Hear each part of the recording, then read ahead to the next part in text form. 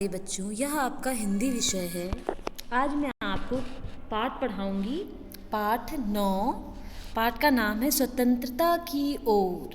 ठीक है, तो बच्चों पाठ का नाम क्या है? स्वतंत्रता की ओर। ठीक है, उससे पहले कुछ हम यातायात के नियम पढ़ते हैं। अच्छा, ये आपको क्या दिख रहा है? हाँ, ये है ट्रैफिक लाइट। ठीक है, हमें हमेशा इन बत्तियों का पालन करना चाहिए। ठीक है, हमें इनका उल्लंघन नहीं करना चाहिए, वरना हमें इसकी भुगतान करना पड़ जाएगा। लाल बत्ती कहती है रुक जाओ। पीली बत्ती कहती है धीरे हो जाओ और अपने वाहनों पे ध्यान दो, क्योंकि वाहन अभी आपको तैयार रखना है चलाने के लिए। ठीक है, और हरी बत्ती कहती है चल दो। ठीक है, अब हम पाठ पे आते हैं, जो कि पाठ है स्वतंत्रता की ओर। ये है महात्मा गांधी पे। ठीक है, तो पाठ शुरू करते हैं। धनी को पता था कि आश्रम में कोई भी बड़ी योजना बन रही है, पर उसे कोई कुछ ना बताता। वे सब समझते कि मैं 9 साल का हूँ, इसीलिए मैं बुद्धू हूँ, पर मैं बुद्धू नहीं हूँ। धनी मनी मन बड़बड़ाया। धनी और उसके माता पिता बड़ी खास जगह में रहते थे, अहमदाबाद के पास महात्मा गांधी के साबरमती आश्रम में, जहाँ पूरे भारत से लोग रहने आते थे। गांधी जी की तरह से सब भी भारत की स्वतंत्रता के लिए लड़ाई कर रहे थे। जब वे आश्रम में ठहरते तो चरखों पर खादी का सूत काटते, भजन गाते और गांधी जी की बातें सुनते। साबरमती में सबको कोई ना कोई काम करना होता। खाना पकाना, बर्तन धोना, कपड़े धोना, कुएं से पानी लाना, गाय और बकरियों का दूध दूहना और सब्जियां उगाना। धनी का काम था बिन्नी की देखभाल करना। बिन्नी आश्रम की एक बकरी थी। धनी को अपना काम पसंद था, क्योंकि बिन्नी उसकी सबसे अच्छी दोस्त थी। धनी को उससे बातें करना अच्छा लगता था। उस दिन सुबह धनी बिन्नी को हरी घास खिला रहा था। उसके बर्तन में पानी डालते हुए बोला, कोई बात जरूर है बिन्नी। वे सब गांधी जी के कमरे में बैठकर बातें करते हैं। कोई योजना बनाई जा रही है, मैं समझता हूँ। लड़का क्या कहता है? मैं ये बातें समझ रहा हूँ। बिन्नी के घास चबाते हुए सिर हिलाया।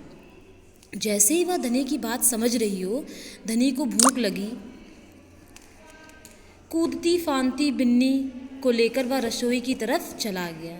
उसकी माँ चूल्हा फूंक रही थी और कमरे में धुआं भर रहा था। अम्मा, क्या गांधी जी कहीं जा रहे हैं? उसने पूछा। खांसते हुए अम्मा बोली, वे सब यात्रा पर जा रहे हैं। यात्रा? कहाँ जा रहे हैं? धनी ने सवाल किया। समुद्र के पास कहीं।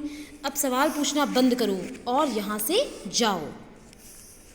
धनी सब्जी की क्यारियों की तरफ निकल गया। वहाँ बूढ़ा बिंदा आलू खोज रहा था। बिंदा चाचा, धनी उसके पास बैठ गया। आप भी यात्रा पर जा रहे हैं क्या? बिंदा ने सर हिलाकर मना किया। उसके कुछ बोलने से पहले धनी ने उतावले होकर पूछा, कौन जा रहा है? कहाँ जा रहा है? क्या हो रहा है? बिंदा ने खोदना रोक दिया और कहा, तुम्हारे सब सवालों के जवाब दूंगा, पर पहले इस बकरी को बांधो। मेरा सारा पालक चबा रही है। धनी बिन्नी को खींच ले गया और पास के नींबू के पेड़ में बांध दिया। फिर बिंदा ने उसे यात्रा के बारे में बताया। गांधी जी और उसके कुछ साथी गुजरात में पैदल चलते हुए दांडी नाम की जगह पर समुद्र के पास पहुंचेंगे। गांव और शहरों से होते हुए पूरा महीना चलेंगे। दांडी पहुंच के नमक बनाएंगे। नमक? धनी चौंक कर उठ बैठा। नमक क्यों बनाएंगे? वहाँ तो किसी भी दुकान से खरीदा जा सकता है। हाँ, मुझे मालूम है, बिंदा हंसा, पर महात्मा जी की एक योजना है। या तो तुम्हें पता ही है कि वह किसी बात के विरोध में ही यात्रा करते हैं या जुलूस निकालते हैं ना? हाँ बिल्कुल सही, मैं जानता हूँ। वो ब्रिटिश सरकार के खिलाफ सत्याग्रह के जुलूस निकालते हैं, और जिससे कि उनके खिलाफ लड़ रहे हैं और भारत स्वतंत्र हो जाए। पर नमक को लेकर विरोध क्यों कर रहे हो? यह तो समझदारी वाली बात नहीं है। बिल्कुल नहीं धनी, क्या तुम्हें पता है कि हमें नमक पर कर देना पड़ता है? अच्छा, धनी हैरान रह गया। नमक की ज़रूरत सभी को है, इसका मतलब कि हर भारतवासी गरीब से गरीब यह कर देगा। बिंदा चाचा ने आगे समझाया, लेकिन यह तो सरासर अन्याय है। धनी की आंखों में गुस्सा था। हाँ, यह अन्याय है। इतना ही नहीं, भारतीय लोगों को नमक बनाने की मनाही है। महात्मा जी ने ब्रिटिश सरकार को कह हटाने को कहा, पर उन्होंने यह बात ठुकरा दी। इसीलिए उन्होंने निश्चय किया कि वे दांडी चल जाएंगे और समुद्र के पानी से नमक बनाएंगे। 1 महीना तक पैदल चलेंगे। धनी सोचकर परेशान हो रहा था। गांधी जी तो थक जाएंगे। वे दांडी बस या ट्रेन से क्यों नहीं जा रहे हैं, क्योंकि यदि वे इस लंबी यात्रा पे दांडी तक पैदल जाएंगे तो यह खबर फैलेगी, अखबारों में, फोटो में छपेगी, रेडियो पर रिपोर्ट आएगी और पूरी दुनिया में लोग जान जाएंगे कि हम अपनी स्वतंत्रता के लिए लड़ रहे हैं और ब्रिटिश सरकार के लिए यह बड़ी शर्म की बात होगी। गांधी जी बड़े ही अक्लमंद हैं, है ना? धनी की आंखें चमकी। बिंदा ने हंस कर कहा, हाँ हाँ, वह तो है ही। दोपहर को जब आश्रम में थोड़ी शांति छाई, धनी अपने पिता को ढूंढने निकला। वह एक पेड़ के नीचे बैठकर चरखा काट रहे थे। पिताजी, क्या आप और अम्मा दांडी यात्रा पर जा रहे हैं? धनी ने सीधे काम की बात पूछी। मैं जा रहा हूँ, तुम और अम्मा यहीं रहोगे। मैं भी आपके साथ चल रहा हूँ। बेकार की बात मत करो धनी, तुम इतना लंबा नहीं चल पाओगे। आश्रम के नौजवान ही जा सकते हैं। धनी ने हट पकड़ ली। मैं 9 साल का हूँ और आपसे तेज दौड़ता हूँ। धनी के पिता चरखा रोककर बड़े धीरज से समझाया, सिर्फ वो लोग जाएंगे जिन्हें महात्मा जी ने खुद चुना है। ठीक है, मैं उन्हीं से बात करूँगा।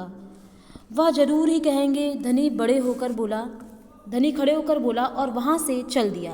गांधी जी बड़े व्यस्त थे। उन्होंने अकेले पकड़ पाना आसान नहीं था, पर धनी को वह समय मालूम था जब उन्हें बात सुनने का समय होगा। रोज़ सुबह वह आश्रम में पैदल घूमते थे। अगले दिन जैसे ही सूरज निकला, धनी बिस्तर छोड़कर गांधी जी को ढूंढने निकला। वो गौशाला में गायों को देख रहे थे। फिर वह सब्जी के बागीचे में मटर और बंद गोभी देखते हुए बिंदा से बात करने लगे। धनी और बिन्नी लगातार उनके पीछे पीछे चल रहे थे। अंत में गांधी जी अपनी झोपड़ी की ओर चले। बरामदे में चरखे के पास बैठकर उन्होंने धनी को पुकारा, यहाँ आओ बेटा। धनी दौड़कर उनके पास पहुंचा। बिन्नी भी साथ में कूदती हुई आई। तुम्हारा क्या नाम है बेटा? धनी, बापू, और यह हमारी बकरी है। जी हाँ, यह मेरी बिन्नी दोस्त है जिसका दूध आप रोज़ सुबह पीते हैं। धनी बड़े गर्व से मुस्कुराया। मैं इसकी देखभाल करता हूँ। बहुत अच्छा, गांधी जी ने सर हिलाकर कहा। अब यह बताओ धनी, तुम और बिन्नी सुबह से मेरे पीछे क्यों घूम रहे हो? मैं आपसे कुछ पूछना चाहता था। धनी ने थोड़ा हड़बड़ा कर पूछा। क्या मैं आपके साथ दांडी चल सकता हूँ? हिम्मत करके उसने कह डाला। गांधी जी मुस्कुराए। तुम अभी छोटे हो बेटा, दांडी तो बहुत दूर है। सिर्फ तुम्हारे पिता जैसे नौजवान ही मेरे साथ चल पाएंगे। पर आप तो नौजवान नहीं हैं। धनी बोला, आप नहीं थक जाएंगे?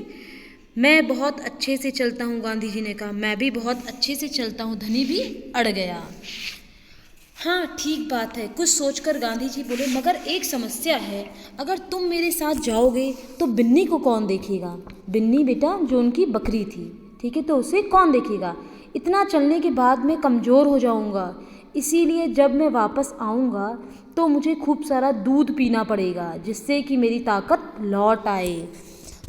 यह बात तो ठीक है। बिन्नी तभी खाती है जब मैं उसे खिलाता हूँ। धनी ने प्यार से बिन्नी का सिर हिलाया। और सिर्फ मैं जानता हूँ कि इसे क्या पसंद है। बिल्कुल सही। तो क्या तुम आश्रम में रहकर मेरे लिए बिन्नी की देखभाल करोगे? गांधी जी ने प्यार से बोले। जी हाँ, करूँगा। धनी बोला। बिन्नी और मैं आपका इंतज़ार करेंगे।